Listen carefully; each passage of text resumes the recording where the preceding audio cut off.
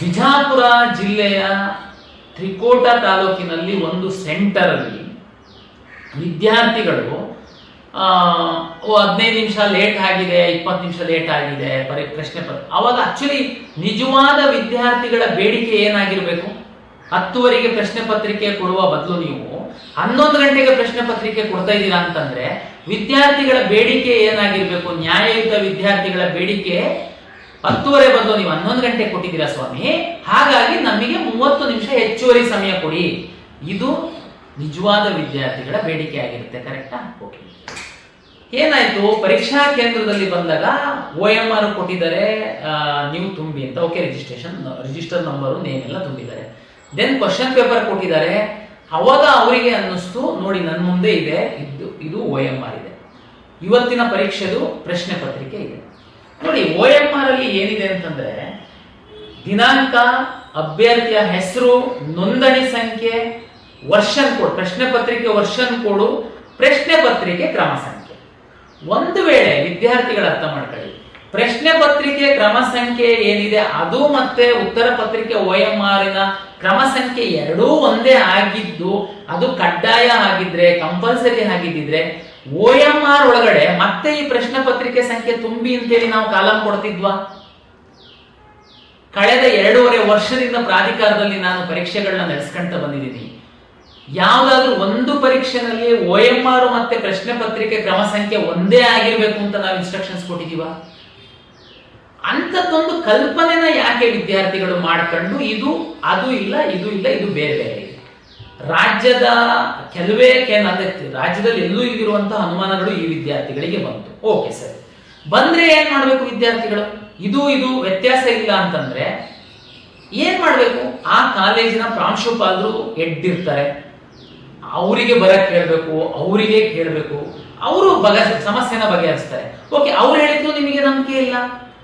ನಮ್ಮ deputy commissioner, ADC, AC ಎಲ್ಲರೂ field ಅಲ್ಲಿ ಇದ್ರು. ಇವತ್ತು ಅರ್ಧ ಗಂಟೆ ಒಳಗಡೆ, 20 ನಿಮಿಷದೊಳಗಡೆ ಅವರು ಸಹ ಬರ್ತಿದ್ರು. ಇದು ಯಾವುದು ಮಾಡದೆ ಈ ಒಂದು ಪರೀಕ್ಷಾ ಕೇಂದ್ರದಲ್ಲಿ ನೀವು ಕೆಲವು ವಿದ್ಯಾರ್ಥಿಗಳು ದಾಂಧಲೆ ಮಾಡ್ಕೊಂಡು ಇದು ಎರಡೂ ಬೇರೆ ಬೇರೆ ಇದೆ, ಹಾಗಾಗಿ ನಾನು ಪರೀಕ್ಷೆ ಬರೆಯಲ್ಲ ಅಂತ ಕಾಂಪೌಂಡ್ ದಾರಿ ಪರೀಕ್ಷಾ ಕೇಂದ್ರದಿಂದ ಹೊರಗಡೆ ಹೋಗ್ತೀರಾ ಅಂತಂದ್ರೆ ಇದ್ರ ಉದ್ದೇಶ ಏನು? ನನಗೆ ಅರ್ಥ ಆಗ್ತಾ ಇಲ್ಲ. ನೋಡಿ, ನಾನು ಅವಾಗಲೇ ಹೇಳಿದೆ, ಪ್ರಶ್ನೆ ಪತ್ರಿಕೆ ಲೇಟ್ ಕೊಟ್ಟಿದ್ದಾರೆ. ಓಕೆ, ನಿಮ್ಮ ಬೇಡಿಕೆ ಲೇಟ್ ಕೊಟ್ಟಷ್ಟು ಸಮಯನ ನನಗೆ ಕೂಡಿಸಿ ಕೊಡಬೇಕು. ಕರೆಕ್ಟಾ?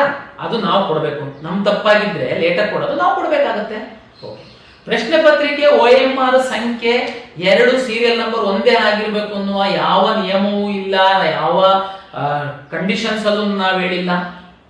ಅದಕ್ಕೇನೆ ನಾವು OMR ಅಲ್ಲಿ ಪ್ರಶ್ನೆ ಪತ್ರಿಕೆದು ವರ್ಷನ್ ಕೋಡ್ ತುಂಬಿಸ್ಕೊಳ್ತಾ ಇದೀವಿ. ಓಕೆ, ಅದು ಆಯ್ತು. ಕೆಲವು ವಿದ್ಯಾರ್ಥಿಗಳಿಗೆ ಏನಾದ್ರು ಅನುಮಾನ ಬಂದಿರಬಹುದು. ಓಕೆ, ಇದು ವ್ಯತ್ಯಾಸ ಇಲ್ಲಲ್ಲ, ನಾಳೆ ಓಕೆ, ನೀವೆಲ್ಲ ಕ್ಲಾರಿಫೈ ಮಾಡ್ಕೊಳ್ಬೇಕು. ಪರೀಕ್ಷಾ ಕೇಂದ್ರದಿಂದ ಹೊರಗಡೆ ಹೋಗಿ, ಕಾಂಪೌಂಡ್ ದಾಟಿ ಹೋಗಿ ಹೊರಗಡೆ ಯಾರ ಹತ್ರ ಕ್ಲಾರಿಫಿಕೇಶನ್ ಮಾಡ್ಕೊಳಕ್ ಹೋಗಿದ್ರಿ ನೀವು? ಪ್ರಾಂಶುಪಾಲರು ಒಳಗಡೆ ಇದ್ರು, ಇನ್ವಿಜಿಲೇಟರ್ ಒಳಗಡೆ ಇದ್ರು. ಫೋನ್ ಮಾಡಿದ್ರೆ DC ಓಡಿ ಬರೋರಲ್ಲಿಗೆ. ನೀವು ಕಾಂಪೌಂಡ್ ನೆಗೆದು, ಓಕೆ, ಕಾಂಪೌಂಡ್ ನೆಗೆದು ಏನಿದೆ ನಿಮ್ಮ ಹಾಲ್ ಟಿಕೆಟ್ ಅಲ್ಲಿ ಹಿಂದೆ ತಾವು ತೆಗೆದು ನೋಡಿ. ಎಲ್ಲ ವಿದ್ಯಾರ್ಥಿಗಳು ಬಹಳ ಸ್ಪಷ್ಟವಾಗಿ ಹೇಳಿದೀವಿ, ಯಾವುದೇ ಕಾರಣಕ್ಕೆ ಪರೀಕ್ಷೆ ಮುಗಿದ ನಂತರ ವಿದ್ಯಾರ್ಥಿ ಹೊರಗಡೆ ಹೋಗ್ಬೇಕು. ಕೆಲವೊಮ್ಮೆ ಏನಾಗುತ್ತೆ, ತುಂಬಾ ಇಂಟೆಲಿಜೆಂಟ್ ಇರೋ ವಿದ್ಯಾರ್ಥಿ 1.5 ಗಂಟೆ ಬದಲು 1 ಗಂಟೆಗೆ ಪರೀಕ್ಷೆ ಬರೀದಾನೆ ಅಂತ ಅನ್ಕೊಳ್ಳೋಣ, ಆದ್ರೂ ಅವನು ಹೊರಗಡೆ ಹೋಗಂಗಿಲ್ಲ. ನಮ್ದು ನಿಯಮ, ನೀವು ಕೂರ್ಲೇಬೇಕು ಪರೀಕ್ಷೆ ಮುಗಿಯ ತನಕ. ಅಂಥದ್ರಲ್ಲಿ ನೀವು OMR ಕ್ವಶನ್ ಪೇಪರ್ 2 ತಗೊಂಡು ಹೊರ ಹೋಗಿದ್ದೀರಾ. ಏನಿತ್ತು ನಿಮ್ಮ ಉದ್ದೇಶ? ರಾಜ್ಯದಲ್ಲಿ 3,77,000 ವಿದ್ಯಾರ್ಥಿಗಳು ಪರೀಕ್ಷೆ ಬರೀತಿರುವಾಗ ನಿಮ್ಮ ಸೆಂಟ್ರಲ್ಲಿ 314 ವಿದ್ಯಾರ್ಥಿಗಳಿದ್ದೀರಾ. ನೀವು ಅಲ್ಲಿ ಆ ಸೆಂಟ್ರಲ್ಲಿ ಸಹ 120 ವಿದ್ಯಾರ್ಥಿಗಳು ಒಳಗಡೆ ಶಾಂತ ರೀತಿಯಲ್ಲಿ ಕೂತು ಪ್ರಾಂಶುಪಾಲರ ಮಾತನ್ನು ಕೇಳಿ, ಕೊನೆಗೆ DC ಹೋದ್ಮೇಲೆ ಸಹ ಕೇಳಿ, ಆಯ್ತು ಸರ್ ನೀವು ಡಿಲೇ ಅಂತೂ ಆಗಿದೆ, ಈ ಗೊಂದಲದಿಂದ ನಮಗೆ ಸಮಯ ಕೊಡಿ ಅಂತ ಹೇಳೋತ್ತಿಗೆ ಅವರು ಸಮಯನೂ ಕೊಟ್ಟಿದ್ದಾರೆ, ಪರೀಕ್ಷೆ ಬರ್ತಿದ್ದೀರಾ. ನೀವು ಪ್ರಶ್ನೆ ಪತ್ರಿಕೆ OMR ತಗೊಂಡು ಕಾಂಪೌಂಡ್ ದಾಟಿ ಹೊರಗಡೆ ಹೋಗಿ ನೀವು ಯಾರ್ಯಾರಿಗೆ ಕಳಿಸಿದ್ರಿ, ಎಲ್ಲೆಲ್ಲಿ ಫೋನಲ್ಲಿ ಮಾಡಿದ್ರಿ ನನಗೆ ಗೊತ್ತಿಲ್ಲ. ಮತ್ತೆ ನೀವು ಹೇಳ್ತೀರಾ ದೊಡ್ಡ ಘೋರ ಅನ್ಯಾಯ, ಏನ್ ತಪ್ಪಾಗಿದೆ? ದಯಮಾಡಿ ಕ್ಲಾರಿಫೈ ಮಾಡಿ. ನಾನು ಈ ವಿದ್ಯಾರ್ಥಿ